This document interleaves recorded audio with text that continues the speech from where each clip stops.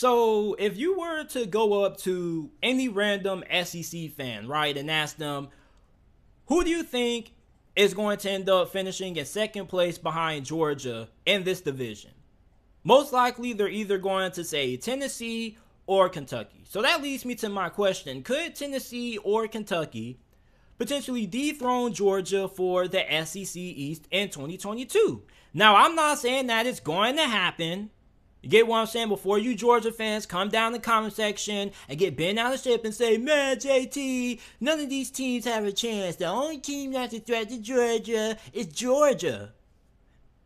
This is just a hypothetical question. We're just having some dialogue here. Could Tennessee or Kentucky potentially be able to pull it off? So the first thing we have to look at is, how could it happen? What has to happen? Because anytime you're playing a juggernaut that is Georgia or Alabama, you got to have a list of things. And the first thing is that you got to have a little bit of luck. If you're going to be able to beat one of the best programs in college football, you're going to have a couple of things go your way. The second thing is that you got to have very good quarterback play. Both Tennessee and Kentucky have that. Tennessee has Hendon Hooker, who I believe is the second best quarterback in the SEC behind Bryce Young. He is one of the most efficient quarterbacks in college football. Going into 2022, he threw 30 touchdowns to only 3 interceptions last season in 2021. Now, Kentucky has Will Levis. Now, Will Levis has a very strong arm. He's a very good athlete, and he has a lot of NFL draft hype. Many people think that he could end up being a top 10 selection in next year's NFL draft. Now, Hendon Hooker doesn't have that kind of hype when it comes to the NFL draft. However, I definitely feel that he has the potential to end up rising up the draft boards if he picks up from where he left off last year. So, quarterback, check. When you look at the offensive line, Kentucky's offensive line has always been pretty good over the last couple of years. And for Tennessee, I think their offensive line should definitely be pretty good as well. Because if you're going to have a chance at being able to pull off an upset against Georgia, you got to be able to handle your own up front. On top of that, you have to have dynamic playmakers on the offensive side of the football. And you got to also be able to push the envelope offensively. You have to be able to challenge Georgia's defense. Now, one good thing is that none of these two teams are going to end up facing the defense that Georgia put on the field in 2021.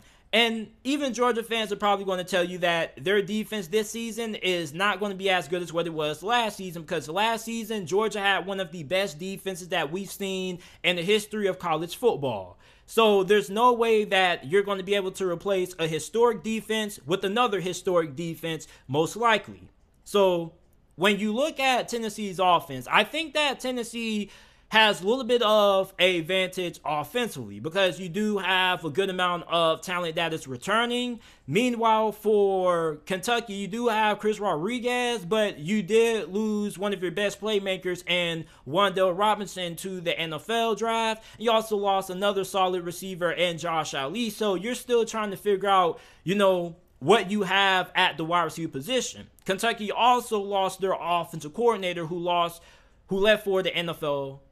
I think he went to the LA Rams, I believe. So they have a new offensive coordinator. They also have a new offensive line coach. But for Tennessee, you have Josh Heupel, who is pretty much the architect of that offense. And the offense really did nothing but get better. So the offensive line should be pretty good.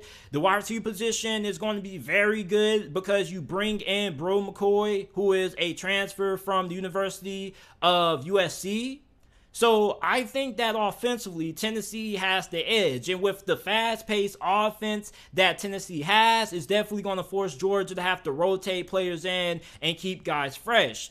Now, for Kentucky, I think they have the edge when it comes to the defensive side of things. I think that their defense is better than Tennessee's, and for two reasons. One, they have more talent than Tennessee on the defensive side of the football. Their defensive line is going to be absolutely phenomenal this year.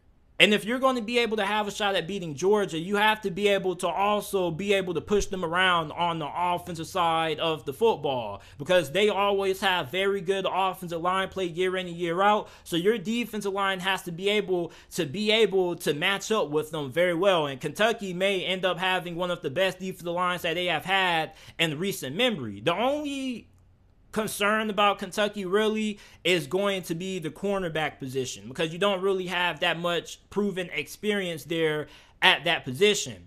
Now for Tennessee, their defense does have talent, but it's not as talented as Georgia's. Plus, with the style of offense that they play and how fast their offense is, their defense is always going to be at a disadvantage, because they're always going to be on the field for a lot of plays. So Tennessee's defense isn't as good as Kentucky's. Gonna have to give that victory to Kentucky.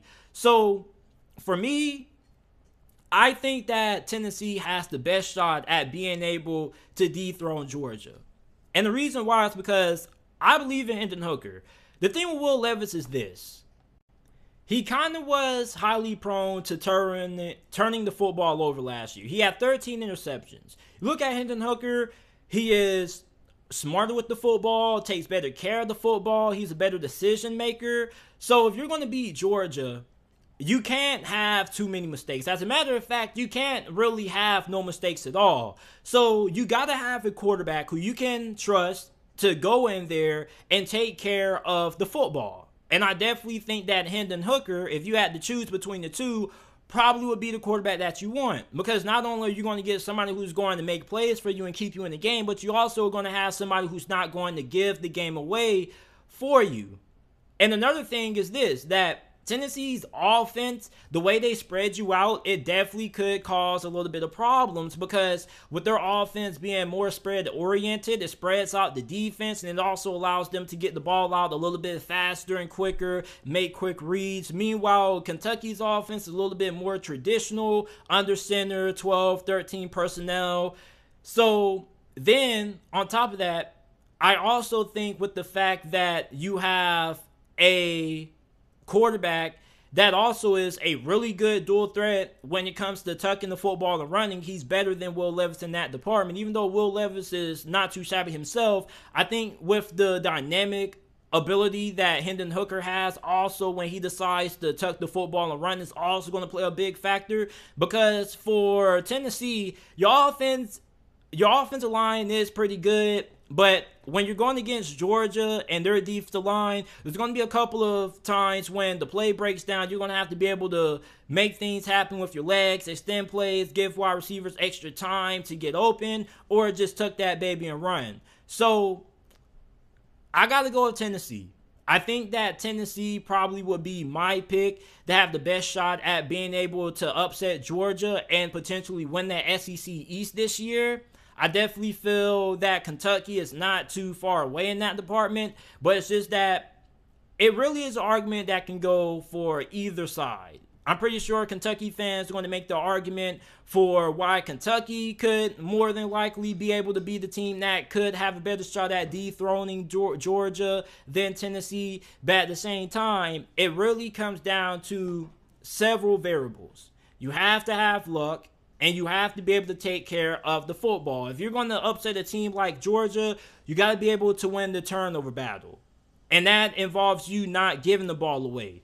And I think that Tennessee wins in that department with the fact that they have a little bit more proficient quarterback when it comes to being able to be effective without taking a lot of unnecessary risk in a sense. Will Levis is more of a gunslinger. So when you have a quarterback who kind of has that gunslinger label, he's going to take some risk. And when you're playing a team like Georgia, you have to pick and choose your spots properly, because you just don't want to give a team like Georgia extra possessions. You want to take possessions away from Georgia, which is why the turnover battle is so big, which is why I got to go with Hendon Hooker in that department, because not only does he give me the big plays, you get efficient quarterback play, but you also get somebody who knows how to take care of the football and knows when to take risk and when not to take them. So Let me know who you guys think has the best shot at being able to dethrone Georgia for the SEC East in 2022. Do you guys think that there's another team potentially in this division that has a good shot at being able to beat Georgia? I don't think it's Florida. I think Florida doesn't really have enough pieces on the defensive side of the football. And on offense, they're kind of lacking depth at several positions. But you look at Tennessee, Kentucky, these are the two main teams that many people expect to be challenging for the second place spot in the SEC East. And if you're a Georgia fan, which team do you think has the best chance of being able to pull off the upset against you guys? Let me know down in the comment section down below.